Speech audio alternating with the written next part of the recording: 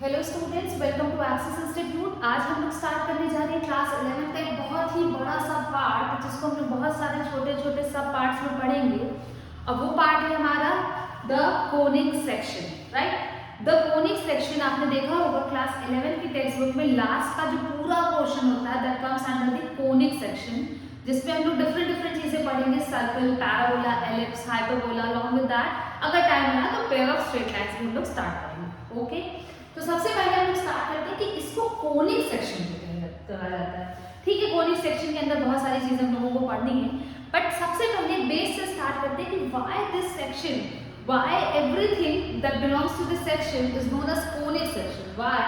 Because ये सारी चीजें किसका पार्ट होती है? कोन का पार्ट होती है। एज यू कैन सी कि हमारे पास दो कोन है यहाँ पे, ठीक है।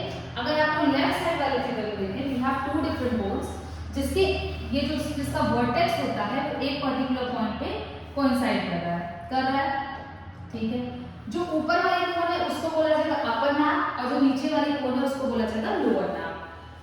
द एक्सिस, दोनों कोन की एक्सिस कोइंसाइड कर रही है, एक दूसरे से कर रही है, ठीक है। तो इसको बोला जाएगा एक्सिस। बनाते हैं हम लोग, ये हमारी हो गई एक्सिस ऑफ द कोन, ठीक है। एक्सिस से क्या करते हैं, along the slant height of the कोन हम लोग एक लाइन लगाते हैं, मतलब एक लाइन ड्रॉ करते हैं जिसको बोलते हैं जनरेटर। ये जो जनरेटर होता है ये क्या करता है, सबसे पहले कोन बना कैसे, आपको ये जानिए कि हमारे पास एक एक्सिस थी, एक्सिस से अल्फा एंगल पे इंक्लाइन हमने दूसरी लाइन लिया जिसको हमने बोला जनरेटर। बाय जनरेटर, बिकॉज ये जनरेटर जब ऐसे करके रोटेट करेगा तो रोटेट करने के बाद वो वहां पे क्या बनाएगा, वो वहां पे बनाएगा कोन, एक कोन ऊपर एक कोन नीचे, जिसको बोलेंगे अपर नैप एंड लोअर नैप। और जो एक्सिस और जनरेटर के बीच में एंगल है उसको हम लोग अल्फा से डिनोट करेंगे, और इसको बोला क्या जाता है, अगर आप लोगों को याद हो तो semi vertical angle of cone बोला जाता है। बहुत सारे क्वेश्चंस में आपने यूज किया होगा semi vertical angle of cone. ये हमारा हो गया जनरेटर और एक्सिस के बीच में। अब जैसे ही जनरेटर और एक्सिस के बीच में अल्फा एंगल था, वो जनरेटर रोटेट किया making this constant angle alpha, वहां पे दो कोन जनरेट हुए जिसको हम लोग बोलेंगे अपर नैप एंड लोअर नैप, ठीक है। कोन बन गए। अब क्या करते हैं हम लोग, कोन में से प्लेन को पास कराते हैं। अब देखिए यहाँ पे क्या है कि ये है आपकी प्लेन की एक्सिस है, ये आपकी प्लेन की एक्सिस है, और ये हमारी कोन की एक्सिस है, ये हमारी कोन की एक्सिस है। अब प्लेन की एक्सिस और कोन की एक्सिस के बीच में कितना एंगल बन रहा है, बीटा एंगल बन रहा है। तो हमारे पास दो एंगल्स आ गए हमारे मतलब फ्रेम में जो हम लोग पढ़ रहे हैं। एक एंगल तो अल्फा हो गया which is semi vertical angle of the cone, axis और जनरेटर के बीच में। दूसरा, उसके बाद इसी में से हमने एक प्लेन पास कराया, और एक्सिस ऑफ द प्लेन और वर्टिकल, ये जो वर्टिकल एक्सिस ऑफ द कोन है इनके बीच में कितने डिग्री का एंगल बन रहा है, बीटा एंगल बन रहा है। अब डिपेंडिंग अपॉन ये प्लेन तो भाई पास होगा ही होगा, depending upon the relation between alpha and beta हमें पता चलेगा कि यहाँ पे कोन का कुछ पोर्शन प्लेन के ऊपर इम्प्रिंट हो जा रहा है। मान लीजिए इसमें एक भर दिया, प्लेन पास करा तो प्लेन के ऊपर कुछ बन के निकलेगा ना, कुछ शेप बन के निकलेगा। वो शेप किस पर डिपेंड करता है, वो शेप डिपेंड करता है अल्फा और बीटा के बीच में क्या रिलेशन है, ठीक है। देखते हैं अल्फा और बीटा के बीच में क्या रिलेशन है, उसके बेसिस पे हम लोग कोन्स के बहुत सारे सेक्शंस बनाएंगे। अब आप देखिए यहाँ पे as you guys can see, जैसे जैसे हमारा प्लेन जो है, जो हमारा प्लेन स्क्रीन में मूव कर रहा है कोन से, उस हिसाब से देखिए क्या क्या बन रहा है, सर्कल, टेढ़ा हुआ एलिप्स, और मिल गया पैराबोला, नीचे वाले पे भी आ गया हाइपरबोला। तो इस तरह से different pair of straight line.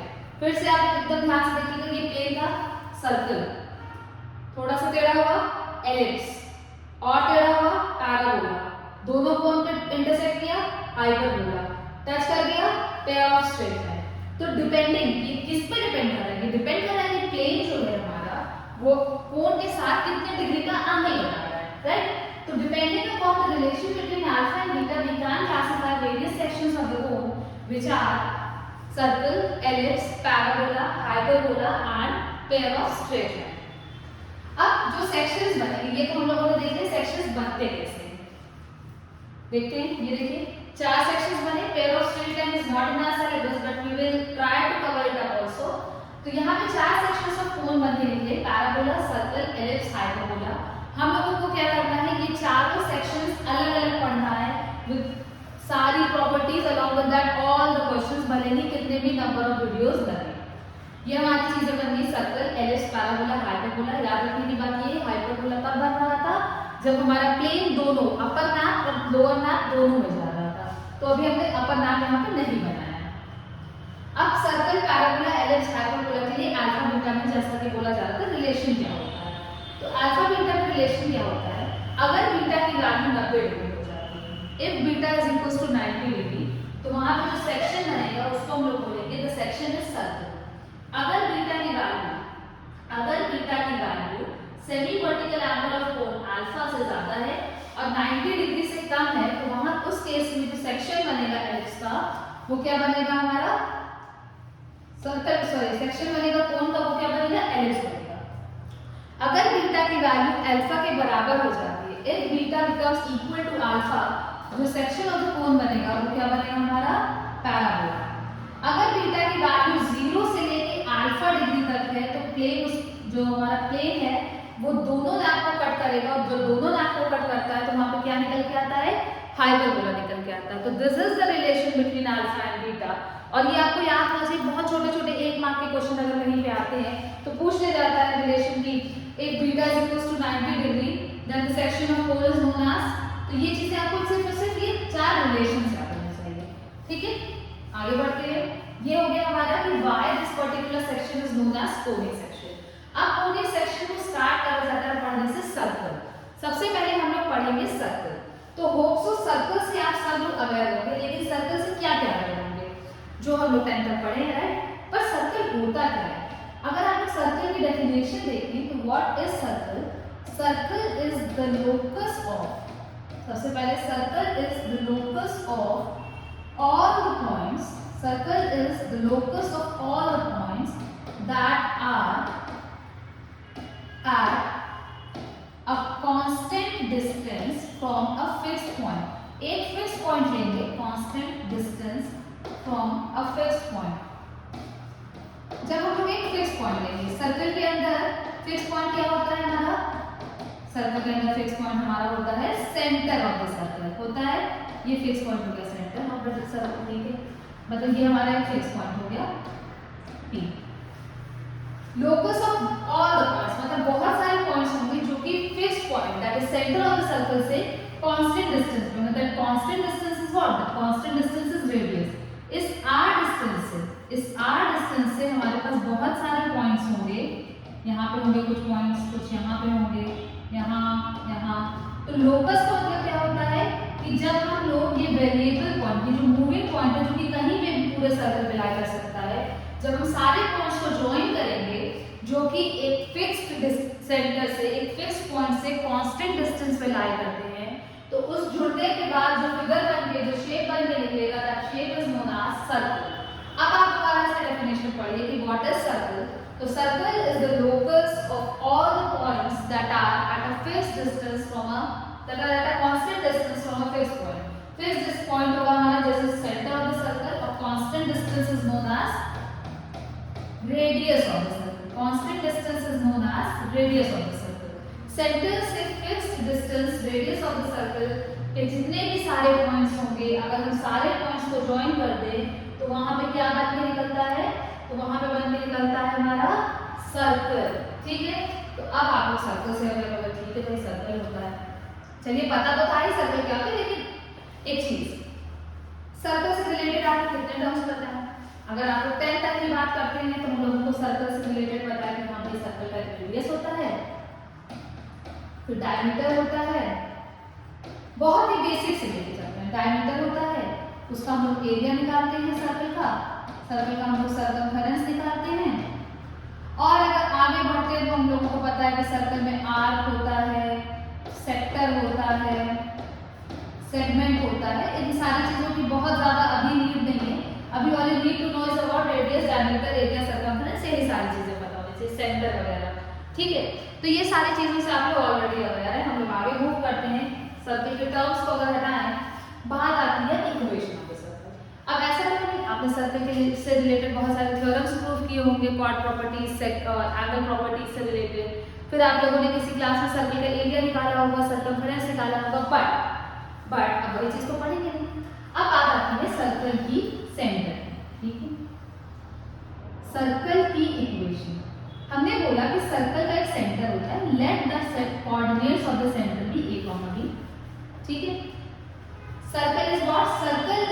locus of all the points that are at a fixed distance from constant point या constant distance from a fixed point. अगर हम लोग यहाँ पे एक मूविंग पॉइंट ले लें h, k, तो हमें पता है कि सेंटर से इसका डिस्टेंस क्या होगा, r होगा. ये h, k is a moving point because वो पॉइंट कहीं पे भी हो सकता है, anywhere on the circumference of the circle. यहाँ पे हम लोगों का डिस्टेंस फॉर्मूला लगाना है, तो we can conclude कि r is nothing but equals to root over h minus a का whole square plus k minus b का होल स्क्वायर. ये रेडियस के इक्वल होगा, डिस्टेंस बिटवीन टू पॉइंट्स. ठीक है. उसके बाद लोकस अगर आपको पता है तो हम लोग क्या करते हैं, मूविंग पॉइंट को h, k लेते हैं, उसके बाद h, k को x, y से रिप्लेस कर देते हैं. राइट, वहां से हमें इक्वेशन मिल जाती है, कोई दिक्कत नहीं. तो क्या हम यहाँ पे ये लिख सकते हैं, x माइनस a का whole square plus y minus b का होल स्क्वायर लिख सकते हैं जनरल इक्वेशन निकालने के लिए, क्योंकि मूविंग पॉइंट को हमें x, y से रिप्लेस करना जाता है. जैसे ही रिप्लेस हुआ, there is a surprise for you all कि this is the equation of the circle. इसी को हम लोग बोलते हैं क्या, equation of circle, where r is the radius of the circle and a, b is the center of the circle. Centre of the circle क्या हो गया आपका, a, b, और रेडियस हो गया r, और x, y तो हमारा भी इक्वेशन में होता ही होता है. तो ये हो गई आपकी इक्वेशन ऑफ सर्कल, जब आपको क्या दिया हो, सेंटर दिया हो सर्कल का, और हमें क्या दिया है, साथ साथ उसका रेडियस दिया है. तो जब हमें रेडियस और सर्कल के सेंटर के दोनों कोऑर्डिनेट्स, एक कोऑर्डिनेट एक पेयर मतलब पता हो, तो उस केस में हम लोग इक्वेशन ऑफ सर्कल कैसे निकालते हैं, with the help of distance formula निकालते हैं. ठीक है, इक्वेशन ऑफ सर्कल भी पता चल गया है, कुछ था ही नहीं इसमें. अब बात आती है कि जब सर्कल का सेंटर ओरिजिन पे हो तब क्या होगा, तब तो कुछ भी नहीं, बहुत ही सिंपल कि सर्कल का सेंटर कहाँ है, वो 0,0 पे है. r डिस्टेंस हमने एक पॉइंट लिया, डिस्टेंस फॉर्मूला लगाया, यहाँ मिलेगा हमको x माइनस 0 का whole square plus y minus 0 का whole square is equal to r square, और यहाँ से वो सर्कल की इक्वेशन मिल गई x square plus y square. खत्म. ये हो गई हमारी सर्कल की इक्वेशन जब सेंटर हमारा ओरिजिन पे है. तो हमने तो एक जनरल इक्वेशन पढ़ ही ली है ना, हमने तो जनरल इक्वेशन पढ़ ही ली है जहाँ पे सेंटर के कोऑर्डिनेट्स a, b थे और रेडियस r था. जब भी ऐसा होगा कि सर्कल का सेंटर ओरिजिन पे है, तो हम लोग जो a, b सेंटर ले रहे थे और सेंटर ऑफ द सर्कल ले रहे थे, उसको किससे रिप्लेस कर देंगे, 0,0 से रिप्लेस कर देंगे, और यहाँ से आपको मिल जाएगा equation of the circle when centre is at the origin. ठीक है. अभी क्वेश्चन करते हैं, when the centre of the circle is not at origin. तो ये चीज अभी हम लोगों ने डिराइव की थी, और आप लोग मेरे साथ साथ देखिए कि जब centre of the circle origin पे नहीं है, तो उस केस में माना गया कि यहाँ पे सेंटर ऑफ द सर्कल है a, b पे, इसकी इक्वेशन r रेडियस है. तो अभी हम लोगों ने डिराइव किया x माइनस a का whole square plus y minus b का whole square is equal to r square. This is the equation of the circle when centre is not at origin. यही इक्वेशन याद रखिएगा कि जब centre origin में नहीं है, क्योंकि जब सेंटर ओरिजिन में आए तो हम लोग a और b को खुद ब खुद 0 कर देंगे, जैसे ही 0 करेंगे हमारा काम हो जाएगा. ठीक है. ये हो गया हमारा equation of the circle. Fine. एक बहुत ही छोटी सी चीज, क्या equation of circle is function? अब यार गलत तो रहा है, यहाँ लिखा है x माइनस a का whole square plus y minus b का whole square is equal to r square. ठीक है. यहाँ पे कह सकते हैं कि y है, हाँ ठीक है, y अगर हम लोग x की वैल्यू में कुछ चेंज करते हैं तो y की वैल्यू में चेंज आएगा. दैट मींस कि y should be a function of, मतलब y is a function of x, कुछ ऐसा कन्वर्ट कर सकते हैं ना, सम फंक्शन ऑफ x. लेकिन क्या ये फंक्शन होता है? तो नहीं होता है. क्यों?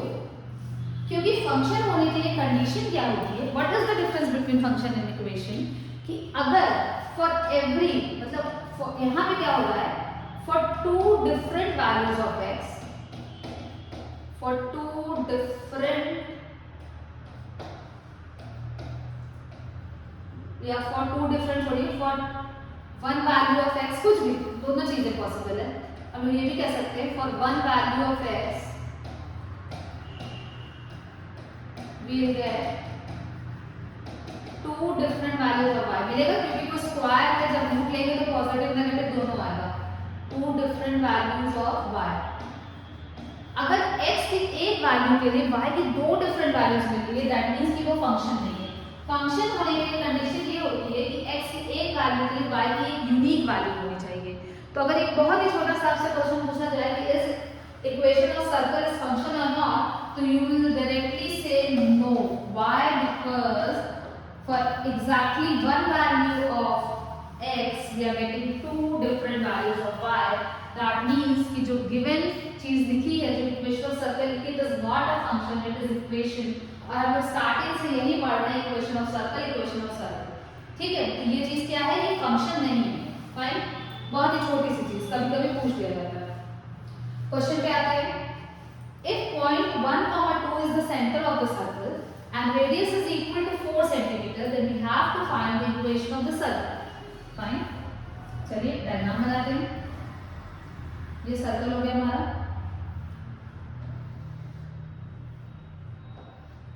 जिसका सेंटर है 1, 2, रेडियस है 4। तो 4 डिस्टेंस पे, मतलब 4 यूनिट डिस्टेंस पे हम लोग एक मूविंग पॉइंट लेते हैं h, k।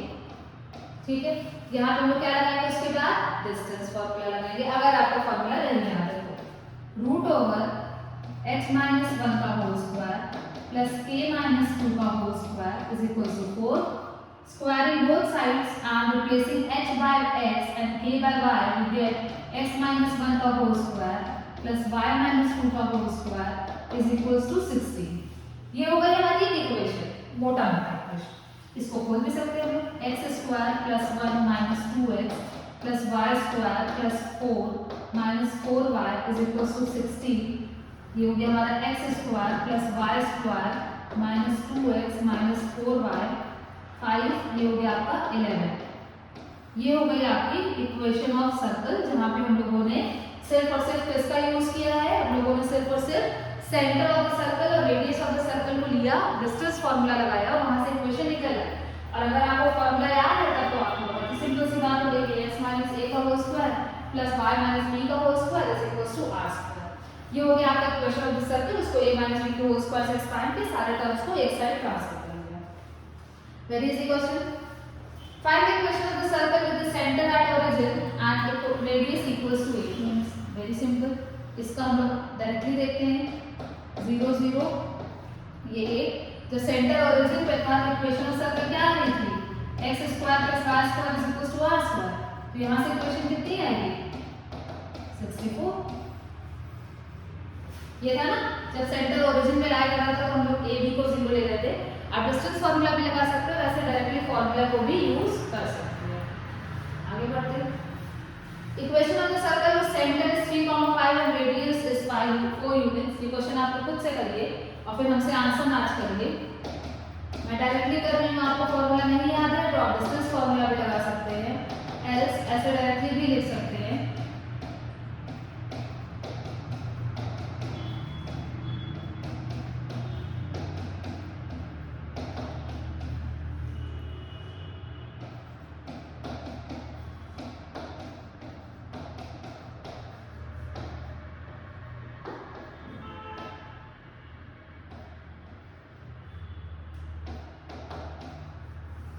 ऐसा कुछ आएगा, x square plus y square minus 6x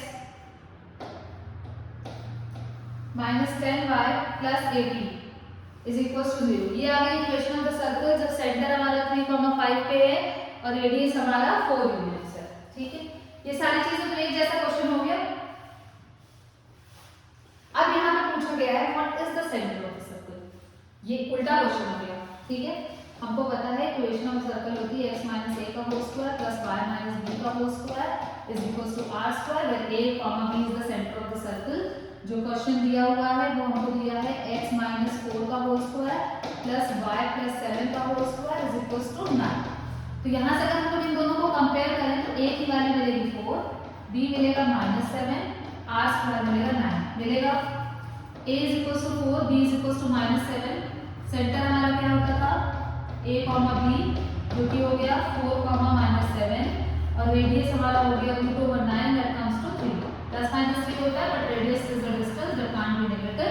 तो रेडियस हमारा हो गया 3 यूनिट्स जो कि नहीं भी निकालना था और सेंटर हो गया 4 कॉमा माइनस 7। मतलब हमारे पास जो गिवन इक्वेशन है उसको हम स्टैंडर्ड इक्वेशन से कंपेयर करेंगे। From there we can conclude what will be the centre of the circle and radius of the circle. आगे find the equation of the circle with center 2, अब ये थोड़ा सा डिफरेंट क्वेश्चन हो गया कि हमारे पास एक सर्कल है, सर्कल का सेंटर दिया है हमको 2, 2 पे, and this particular circle is passing through the point 4, 5। अब बात ये आती है कि इस 4, 5 को हम लोग करेंगे जब पासिंग थ्रू द पॉइंट्स दिया जाएगा तो वो सर्कमफेरेंस पे ड्राइव करेगा, बिकॉज वही हमारी बाउंड्री है। तो सबसे पहले हमें क्या करना पड़ेगा, to find the equation of the circle हमें दो चीजें पता होनी चाहिए, which are radius of the circle as well as coordinates of the center of the circle। तो सबसे पहले हम लोग रेडियस निकालेंगे। रेडियस निकालने के लिए क्या करना है, अरे ये a दिया है, ये b दिया है, दोनों पॉइंट के बीच में डिस्टेंस निकालो, वही तो हमारा रेडियस होगा वही रेडियस हमारा। ठीक है, हम लोग डिस्टेंस फॉर्मूला लगाते हैं, रूट ओवर 4 - 2 का होल स्क्वायर प्लस 5 - 2 का होल स्क्वायर। डिस्टेंस फॉर्मूला का सबसे ज्यादा यूज है यहाँ पे, 4 + 9 √30। अब आपको रेडियस पता चाहिए, अब आपको सेंटर ऑफ कोऑर्डिनेट मतलब सेंटर के कोऑर्डिनेट्स भी पता है, तो आप निकाल सकते हैं इक्वेशन ऑफ द सर्कल, बिल्कुल निकाल सकते हैं, क्योंकि हमारे पास फॉर्मूला है यहाँ पे सिर्फ और सिर्फ सेंटर यूज होता है और रेडियस यूज होता है। तो ऐसा क्वेश्चन जब पासिंग थ्रू द पॉइंट दिया जाए तो उसको आप सर्कमफेरेंस पे लाएंगे, ये सेंटर से उसका डिस्टेंस हमेशा रेडियस के बराबर होगा और हमारा काम हो जाएगा। ठीक है, ये हो गए हमारे बेसिक क्वेश्चंस। अब हम लोग मूव करते हैं स्टैंडर्ड इक्वेशन, जो एक स्टैंडर्ड इक्वेशन या जनरल इक्वेशन जिससे हम लोग बहुत सारी चीजें कर सकते हैं। ठीक है, तो अगर आप लोगों ने अभी तक के क्वेश्चंस में ध्यान दिया हो तो सर्कल की इक्वेशन कैसे आती है, एक सेकंड डिग्री इक्वेशन आती है, x² बटा y² बटा एक सेकंड डिग्री इक्वेशन आती है। ठीक है, तो the general equation of the circle, किसी भी टाइप का circle, whether it is passing through origin, has centre at origin, कुछ भी हो, तो जनरल इक्वेशन को कैसे रिप्रेजेंट किया जाता है, x² + y² + 2gx + 2fy + c = 0 for all values of g, f and c। ठीक है, इस तरह के क्वेश्चंस हम लोग करते हैं। अब इसको हमें दे दिया सर्कल की इक्वेशन, बोला find the centre of the circle and radius of the circle. तो यहाँ पे हम लोग क्या लगाते हैं, यहाँ पे हम लोग यूज करते हैं कंप्लीटिंग द स्क्वायर मेथड। ये मेथड आप लोगों ने पहले भी पढ़ा होगा, कंप्लीटिंग द स्क्वायर मेथड। ठीक है, सबसे पहले क्या करते हैं, देखते हैं जो x का कोफिशिएंट है, तो यहाँ पे x का कोफिशिएंट क्या है, x का कोफिशिएंट है 2g है, 2g का हाफ करेंगे, कितना है g, तो जो x के कोफिशिएंट का हाफ है, half of the coefficient of x, उसका स्क्वायर दोनों तरफ ऐड कर देंगे। ठीक है, पहले पूरी इक्वेशन को देखिए,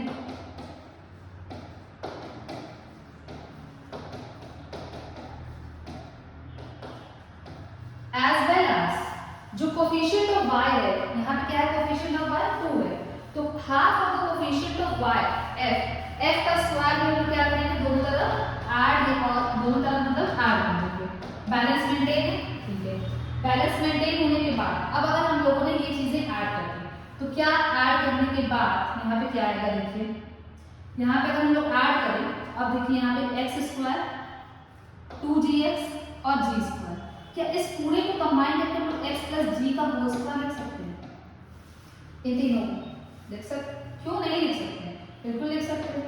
ठीक है, इसके बाद अगर आपको ये चीज दिख रही है कि यहाँ पे हमारे पास एक y² 2fy और f², इस पूरे को कंबाइन करके हम लोग y + f का होल स्क्वायर भी लिख सकते हैं, बिल्कुल लिख सकते हैं। अब बचा क्या लेफ्ट साइड में, सिर्फ और सिर्फ c बचा, उस c को हम लोग राइट साइड में ट्रांसफर कर देते हैं। तो कुछ अगर आप ध्यान दे रहे हो तो ये स्टैंडर्ड फॉर्म में कन्वर्ट हो गया, जो हम लोग का फॉर्म था x - a का होल स्क्वायर + y - b का होल स्क्वायर = r², कुछ इस तरह के फॉर्म में कन्वर्ट हो गया, राइट। तो सबसे पहले हम लोगों ने क्या किया कि हम लोगों ने देखा कि जो हमारा x है उसका जो भी कोफिशिएंट था, y जो भी कोफिशिएंट था, उसके हाफ का स्क्वायर हम लोगों ने दोनों साइड ऑफ इक्वेशन में ऐड किया, बट g² + f² ऐड किया। ऐड करने के बाद जब हम लोगों ने कंप्लीटिंग द स्क्वायर लगाया तो यहाँ पे हम लोगों को क्या मिल गया, ये इक्वेशन नंबर 2 मिल गई। जब इक्वेशन नंबर 2 मिल गई और हमने इसको स्टैंडर्ड फॉर्म, जो हमारा स्टैंडर्ड फॉर्म था x - h का होल स्क्वायर, फिर h इनके बाद the centre and a is the radius of the circle, इससे कंपेयर किया तो यहाँ से हमको सेंटर क्या मिला, यहाँ से हमको सेंटर h की वैल्यू -g, k की वैल्यू -f मिली, बिल्कुल मिली। तो यहाँ से हमारा आ गया सेंटर -g, माइनस है, मतलब जो हमारा x का कोफिशिएंट है उसका half with negative sign, comma जो y का कोफिशिएंट है उसका half with negative sign. Radius of the circle जो राइट साइड में आ रहा है g² + f² - c, और r² होता है इस इक्वेशन में, तो जब कंपेयर किया तो वो रूट में निकल गया। ये हो गया आपका standard all you need to know कि स्टैंडर्ड इक्वेशन होती क्या है, x square plus y square plus 2gx plus 2fy plus c is equal to 0। जब भी आपको क्वेश्चन देगा तो हम लोग उसको कंप्लीटिंग स्क्वायर लगा के खुद ब खुद कन्वर्ट करेंगे और फिर जब स्टैंडर्ड इक्वेशन से कंपेयर करेंगे तो from there we will come to know the centre of the circle along with the radius of the circle. अब यहाँ से कुछ कंक्लूजन से लेते हैं डिपेंडिंग अपॉन कि रेडियस ऑफ द सर्कल आया है। रेडियस ऑफ द सर्कल आया है root over g square plus f square minus c आया था। अगर g square plus f square c से बड़ा होगा तो रूट के अंदर पॉजिटिव चीज आएगी और पॉजिटिव चीज आएगी तो उसका स्क्वायर रूट निकालना पॉसिबल है। That means this circle is existing, circle हमारा रियल है। लेकिन अगर g square plus f square c के बराबर आ जाता है तो उस केस में रेडियस कितना हो जाएगा, 0 हो जाएगा। उस केस में जब रेडियस हमारा 0 हो जाएगा दैट मींस सर्कल क्या है, एक सिंपल छोटा सा पॉइंट है, because circle is a point which coincide with the centre और इस तरह के सर्कल को बोलते हैं पॉइंट सर्कल, सिर्फ एक पॉइंट जिसका रेडियस 0। अगर g square plus f square c से छोटा हो जाता है तो रूट के अंदर नेगेटिव क्वांटिटी आएगी और अगर रूट के अंदर नेगेटिव क्वांटिटी आएगी तो उस केस में क्या बोला जाएगा कि सर्कल कैसा है हमारा, इमेजिनरी है। ठीक है, तो कभी अगर आपको क्वेश्चन दिया जाए, कंडीशन पूछा जाए व्हाट इज द कंडीशन, तो आप सिंपल ये कंडीशन लिखेंगे कि g square plus f square must be greater than c for the circle to exist, या इक्वल टू भी आप ले सकते हैं पॉइंट सर्कल के केस में। ये हो गई हमारी स्टैंडर्ड इक्वेशन। क्वेश्चन करते हैं। अब यहाँ भी यही चीज है कि हमें इक्वेशन ऑफ सर्कल दिया, हमें इसका रेडियस सेंटर से निकालना है। ठीक है, x square plus y square minus 12x minus 16y plus 19 is equal to 0। क्या कहा गया था कि जो भी आपका कोफिशिएंट है x के कोफिशिएंट का हाफ, तो x का कोफिशिएंट क्या है 12 का हाफ 6, उसका स्क्वायर हम लोग ऐड करेंगे, 36 ऐड करेंगे, इधर इधर भी करेंगे और उधर भी करेंगे। ठीक है, और अलॉन्ग विद दैट y वाले का भी करेंगे, माइनस 16y है, 8 होता है उसका कोफिशिएंट का हाफ, 64 ऐड करेंगे, 64 सबट्रैक्ट करेंगे, उधर करते ये हो जाएगा हमारा plus 19 is equals to 64 plus 36 होगा। इतना का हमने 64 और 36 ऐड सबट्रैक्ट किया। इस पूरे को हम लोग क्या लिख सकते हैं, x माइनस 6 का होल स्क्वायर लिख सकते हैं। इस पूरे को क्या लिख सकते हैं, x माइनस 8 का होल स्क्वायर, उधर क्या मिलेगा हम लोगों को 100 माइनस 19 दैट कम्स टू 81 मिलेगा। x माइनस 6 का whole square plus x y minus 8 का whole square is equal to 81। इसके बाद हमारे पास स्टैंडर्ड इक्वेशन है x माइनस a का whole square plus y minus b का whole square is equal to r square. तो जब यहाँ से हम लोग कंपैरिजन करेंगे तो हमको सेंटर क्या मिलेगा, a कॉमा b, जो कि क्या होता है 6 कॉमा 8, और रेडियस क्या मिलेगा हमारा r square is equal to 81, radius मिल गया 9। ऐसे भी आप निकाल सकते हैं। दूसरी चीज जब यहीं पे हम लोग कर सकते थे कि इसी इक्वेशन को हम लोग डायरेक्टली यहाँ से ऐसे करें, x square plus y square plus 2gx plus 2fy plus c is equal to 0, और यहाँ से हम लोग क्या करें, g की वैल्यू निकाली हमने -6, f की वैल्यू निकाली है -8 और c की वैल्यू निकाली है 19। उसके बाद हमें सेंटर ऑफ द सर्कल बताया कि centre of the circle is nothing but what, minus g comma minus है, और radius of the circle is g square plus f square minus c root में, वहां से डायरेक्टली निकल सकता है। लेकिन मुझे लगता है इतना बड़ा कहानी याद करने की जरूरत नहीं है, कंप्लीटिंग द स्क्वायर लगाइए, डायरेक्टली आंसर आपको मिल जाएगा। चलिए ये क्वेश्चन हो गया कि जब आपको इक्वेशन ऑफ द सर्कल दी जाएगी तो हम लोग कैसे फाइंड करेंगे, और कैसे फाइंड करेंगे क्या, centre of the circle and radius of the circle. अब कुछ थोड़ा सा डिफरेंट क्वेश्चन, कुछ नहीं है इसमें। Find the equation of the circle passing through the point of intersection of the lines and the center is the point of intersection of the line given। तो अगर हमें पता है कि सेंटर जो है वो इन दोनों पॉइंट ऑफ के लाइन के इंटरसेक्शन पे लाई कर रहा है, तो सबसे पहला काम हम लोग क्या करेंगे, हम लोग इन दोनों इक्वेशन को सॉल्व कर लें। सबसे पहले मैं आपको क्लू दे रही हूँ कि x plus y plus 1 is equal to 0 दिया है और एक x minus 2y plus 4 is equal to 0 दिया है, राइट। इन दोनों इक्वेशन को अगर हम लोग सबट्रैक्ट करें तो यहाँ से हम लोगों को क्या मिलेगा, 3y is equals to 3, that comes to y is equals to 1 and x is equals to -2। किसी भी इक्वेशन में पुट कर देंगे x की वैल्यू -2 हो जाए। मतलब हमारे पास एक सर्कल है जिसका सेंटर हमको पता चल गया -2,1, ठीक है, सेंटर ऑफ द सर्कल पता चल गया। उसके बाद बोला है कि this circle is passing through the point of intersection, दो लाइन और है और सर्कल इनके पॉइंट ऑफ इंटरसेक्शन से पास करना है, ठीक है। इन दोनों को अगर हम सॉल्व करें, x -3y लिखेगा, सॉल्व करने पर y की वैल्यू 0 आएगी और x की वैल्यू भी 0 आएगी। मतलब ये सर्कल की बाउंड्री पे, सर्कमफ्रेंस पे पॉइंट ला कर 0,0। अब ये इक्वेशन देखिए प्रीवियस वीडियो में प्रीवियसली क्वेश्चन किए थे जहां हमें पता था कि सर्कल का सेंटर ये है, circle is passing through particular point. तो यहां से अगर हम दोनों पॉइंट के बीच में डिस्टेंस फार्मूला लगा दें तो from there we can say what will be the radius of the circle. अगर हमें रेडियस पता चल गया, सेंटर हमें ऑलरेडी पता है, तो क्या इक्वेशन ऑफ द सर्कल निकालना कठिन काम है? बिल्कुल नहीं काम है। तो बस क्वेश्चन को समझना था कि यहां पर पॉइंट ऑफ इंटरसेक्शंस निकालना है लाइन का। दो लाइन का इंटरसेक्शन पॉइंट हमारा बोला था सर्कल का सेंटर है और दो लाइन का इंटरसेक्शन हमारा एक पॉइंट है जहां पे सर्कल पास कर रहा है, मतलब वो बाउंड्री को। तो होप सो कि आप ऐसे क्वेश्चंस आप कर पाएंगे। आगे बढ़ते हैं। Find the equation of the circle whose center lies on the positive direction of y-axis at a distance of 6 from the origin and radius is 4 units, ठीक है। मतलब यहाँ पे कहीं सेंटर लाई कर रहा था, क्या होगा सेंटर का कोऑर्डिनेट 0,6 और ये सर्कल था जिसका रेडियस हो गया 4 यूनिट्स। अब बस यहाँ पे समझना पड़ेगा कि ठीक है भैया, सेंटर जो है वो y एक्सिस पे लाई कर रहा है, y एक्सिस पे कोई पॉइंट लाई करता है तो उसका x कोऑर्डिनेट 0 होता है। सेंटर जो है वो ओरिजिन से 6 डिस्टेंस पे है तो सेंटर का कोऑर्डिनेट 0,6 होगा, रेडियस 4 दिया। यहाँ से हम इक्वेशन ऑफ द सर्कल निकाल सकते हैं। तो यहाँ पे आपको कार्टेशियन प्लेन की बहुत ही बेसिक सी नॉलेज होनी चाहिए कि y एक्सिस पे कोई कोऑर्डिनेट अगर कोई पॉइंट लाई करता है तो उसका x कोऑर्डिनेट दैट इज उसका एब्सिस 0 होना चाहिए। और फिर हमने रेडियस वगैरह सब कुछ दिया था, तो ये बेसिक सी नॉलेज पर बेस्ड था। एक और क्वेश्चन देखते हैं, फिर हम उम्मीद करेंगे कि आप लोग इक्वेशन ऑफ द सर्कल को फाइंड आउट कर लेंगे। If the equation of two diameters of the circle are and radius of the circle is 10, find the equation of the circle. Radius 10 दिया है, सेंटर निकल जाए तो काम आसान हो जाए। तो अगर हमें डायमीटर्स की इक्वेशन दिया है तो क्या अगर हम लोग डायमीटर्स का पॉइंट ऑफ इंटरसेक्शन, एक सर्कल है इसके अंदर बहुत सारे डायमीटर्स होंगे, सारे डायमीटर्स कहाँ पे इंटरसेक्ट करते हैं? सारे डायमीटर्स सर्कल के सेंटर पे ही इंटरसेक्ट करते हैं, राइट। तो अगर हम लोग दो डायमीटर की इक्वेशन को सॉल्व करें तो their point of intersection will be the centre of the circle, right. तो अगर हमारे पास दो डिफरेंट इक्वेशंस हैं, हम लोग दोनों इक्वेशंस को सॉल्व कर लें।